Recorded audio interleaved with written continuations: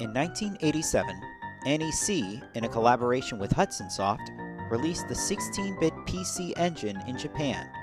It slowly started to cut into sales of Nintendo's Famicom. In 1989, the system was released in North America as the TurboGrafx-16. Games came in credit card-shaped cartridges called Hue cards or turbo chips, and the TurboPad controllers included turbo switches. In 1988, NEC released the CD-ROM², a new add-on for the PC Engine that played games in CD-ROM format. More storage, better music, and better graphics. In the fall of '89, the add-on was released in North America. More NEC hardware came along, but sadly, despite a cool library of games in both card and CD-ROM format, the system just couldn't keep up with Nintendo and Sega's offerings. The system was discontinued in 1994.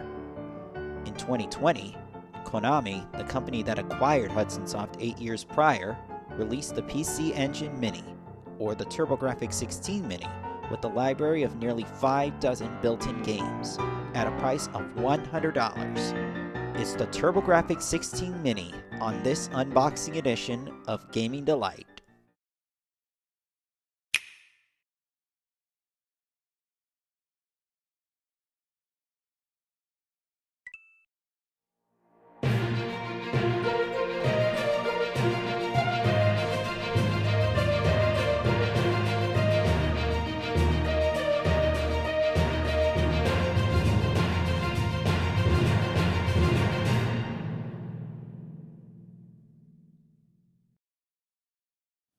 Happy holidays, folks. It's Nick Cassiano again. As you can see, I'm wearing a new Street Fighter 2 shirt. I got it for Christmas yesterday. And I also got this for Christmas. A set of AirPods. Yeah.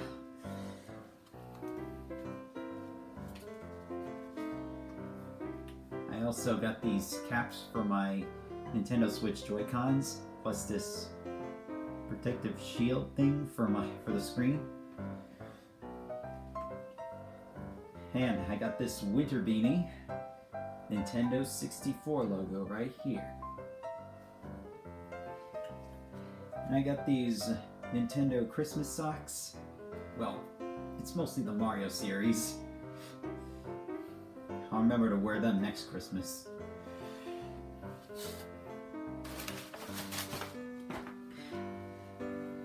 Over here is a Nintendo 64 t-shirt.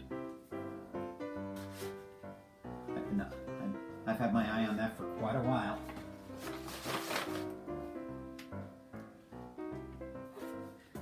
I also got a new controller for my Switch. It's wired, but it works. And it's in the shape of a GameCube controller. Pretty cool.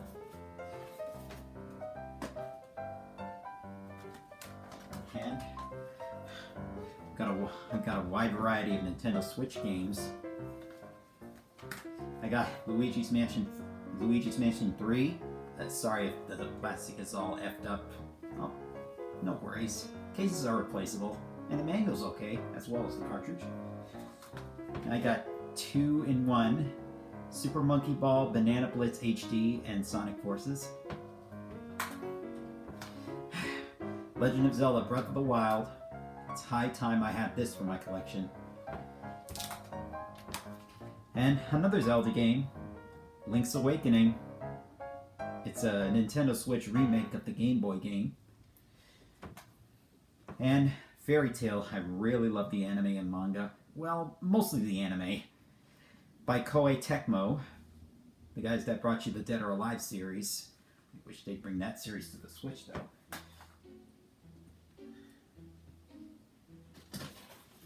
I also got this case for my Nintendo Switch, the Zelda version.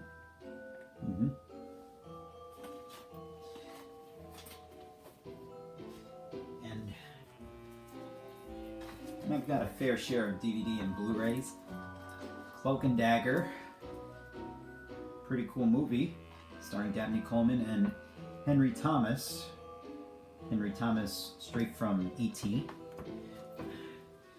War Games. I'm already in progress of watching. I'm already in the process of watching the movie right now, starring Matthew Broderick. Over here, Ready Player One. Some people recommended this to me. I've been wanting to try it out anyway. I'm wanting to check it out. And is it wrong to try to pick up Girls in a Dungeon Season 2 on Blu-ray? Pretty cool anime. And the third season's looking pretty cool too. And I think that's about it. Well, for the best ones. Except there's one more in particular. In fact, that's the subject of this video. The TurboGrafx-16 Mini. The cream of the crop of my Christmas gifts. Yep. A mini version of NEC's console from the 16-bit era of video games.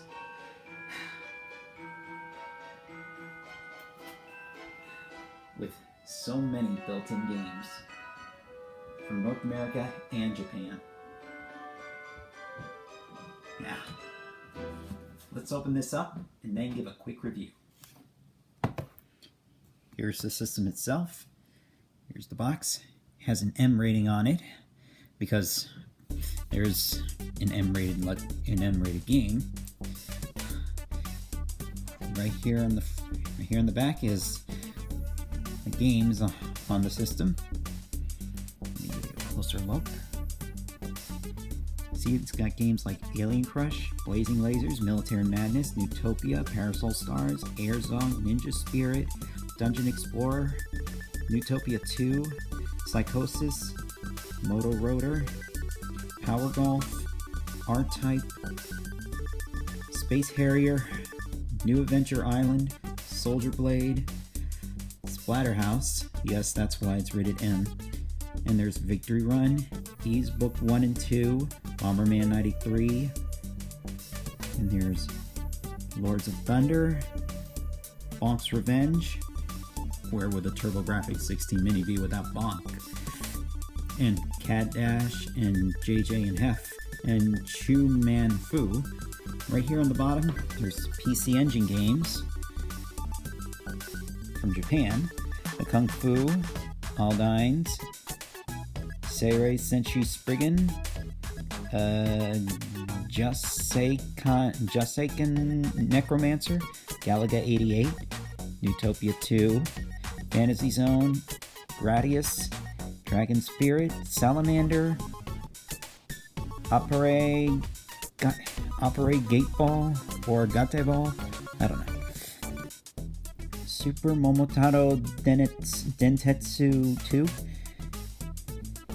Nectaris, Ninja Ryukenden, Dungeon Explorer,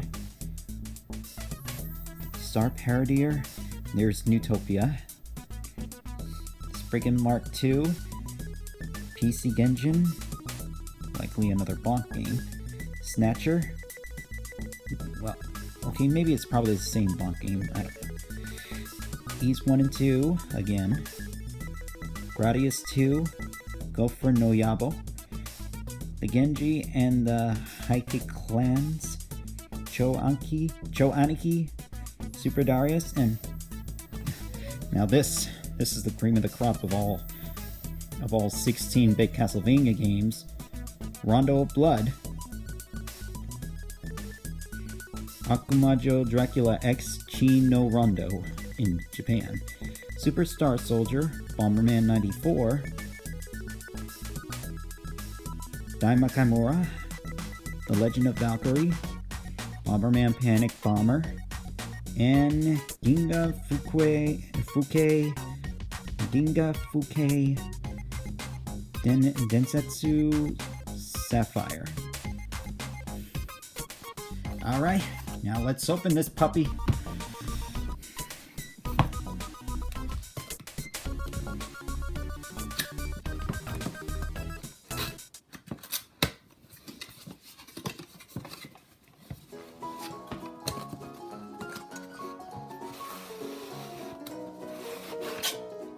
Voila. Here's the instruction manual.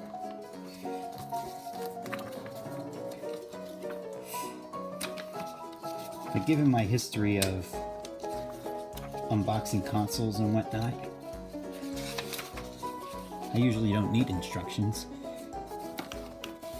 And ooh, looky, looky. Finally, I get a chance to get one of these in my hand. A turbo pad, a controller, a TurboGrafx controller. Well, this one's USB. It's pretty cool. You see, it has its own D-pad, select, run, buttons 1 and 2, and these turbo switches.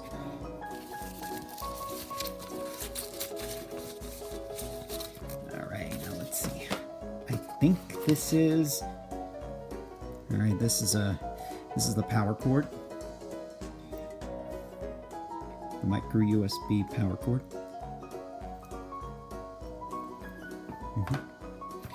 And now... Oh, and here's an HDMI cable.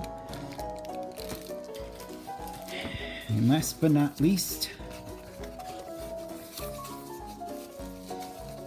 here it is, the TurboGrafx-16 Mini itself. Yep, a smaller version of the NEC TurboGrafx-16. Yeah, right here is where you would have put the turbo chips or hue cards. Here's the switch to lock the card in, but of course this doesn't do cards. It just has the games built in. Over here on the back. Oh wait, now over here you have these USB ports for your controllers. Now the original TurboGrafx-16 had only one controller port, but this one has 2 USB ports. Yeah. Yep, there's no RF port, as you can see. Now for the back of this thing, if I can just get this thing open. This is the part that covers the back side. Ah, here we go. Yep, and here it is.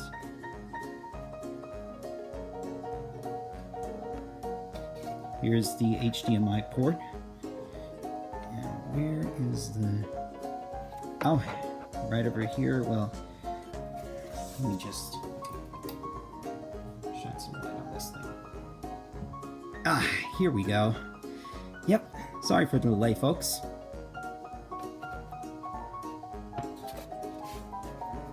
Now, let's hook it up and see what it has to offer.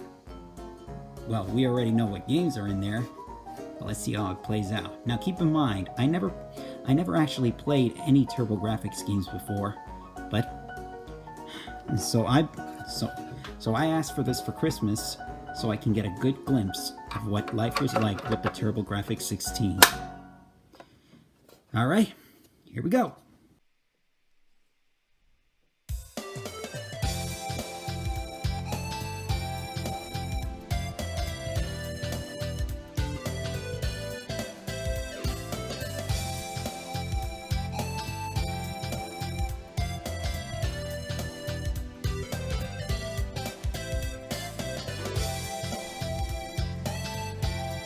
Alright.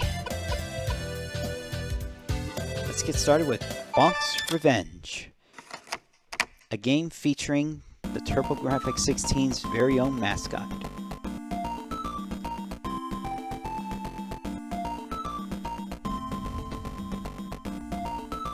Now, before we begin, let me show you. If you press Start and select it once, you get this. And you get to save your progress on one of 4 files. Then you can load one of those files. You can resume the game from where you left off, or you can return to the menu. Alright, now to press the run button to start this game. Let's just do one stage.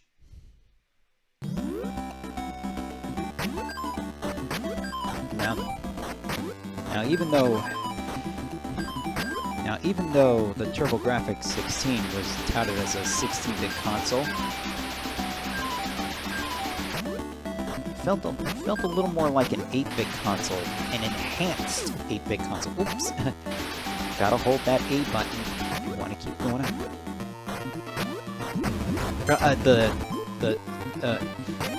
One button, not A button. Sorry, I'm used to NES controllers. I'm used to the Nintendo controllers.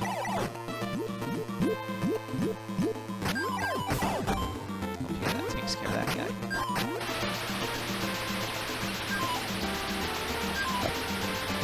Up goes Bonk.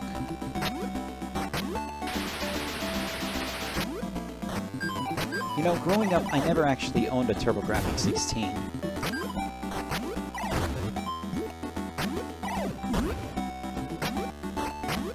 I was focused more on the Super Nintendo Entertainment System.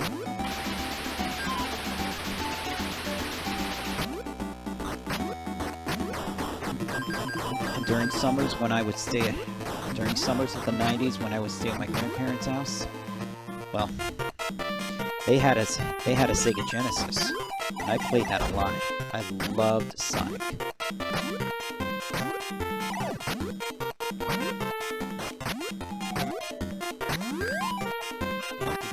You gotta have good timing on those springs, on those springy buttons.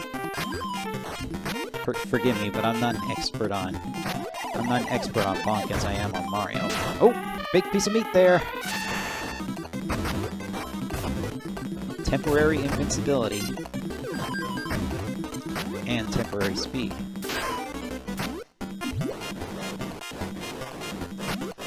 And even after that temporary invincibility, oh, there we go again.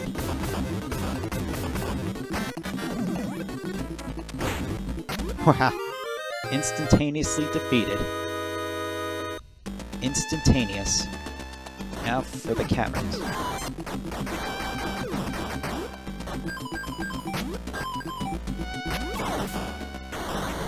Yep. The bigger Bonk's head is, the bigger the damage he does. Okay, now Bonk's back to his normal state. Or he was.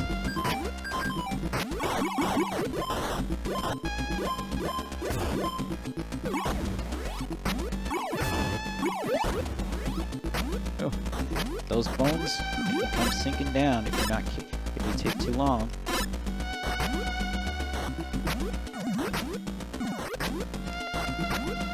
All this food can improve your health units.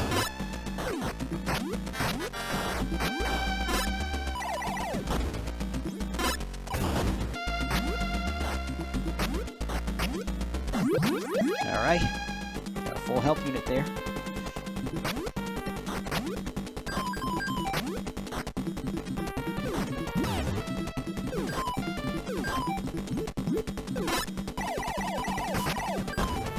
Down goes that little creature. Oh.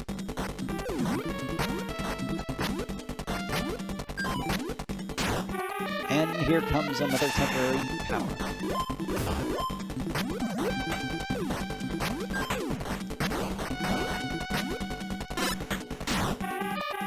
And here we go again.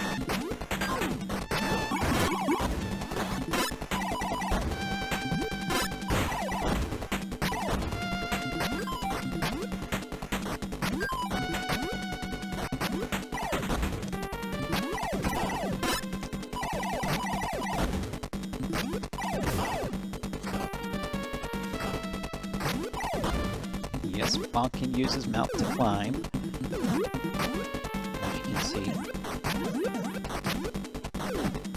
Going up. Oh.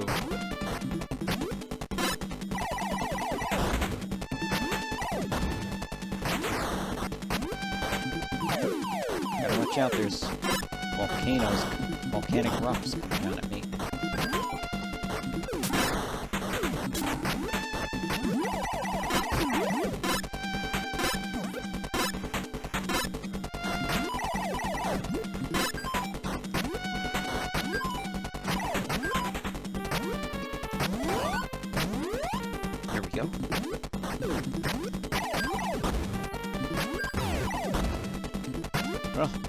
late to go after that big piece of meat. Okay, off to the boss stage. Elevator going down. 18,950 points. Alright. Now don't be fooled, that volcano is the boss, in a way.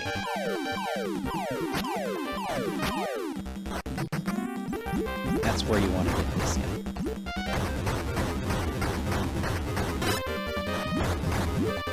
Okay. Thought I was going to get him on the first shot. Alright, 6 volcanic rocks. 6 lava rocks.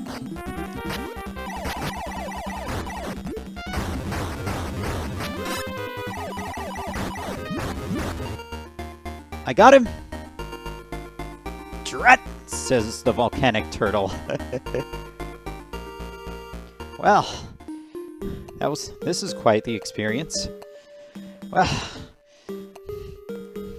there's a lot more games for me to go through, but I only have enough time for one. I'll probably do a live stream of one of these games eventually, as soon as I get into some more practice. Well, that's going to wrap up this edition of Gaming Delight. Until next time, happy gaming and happy holidays.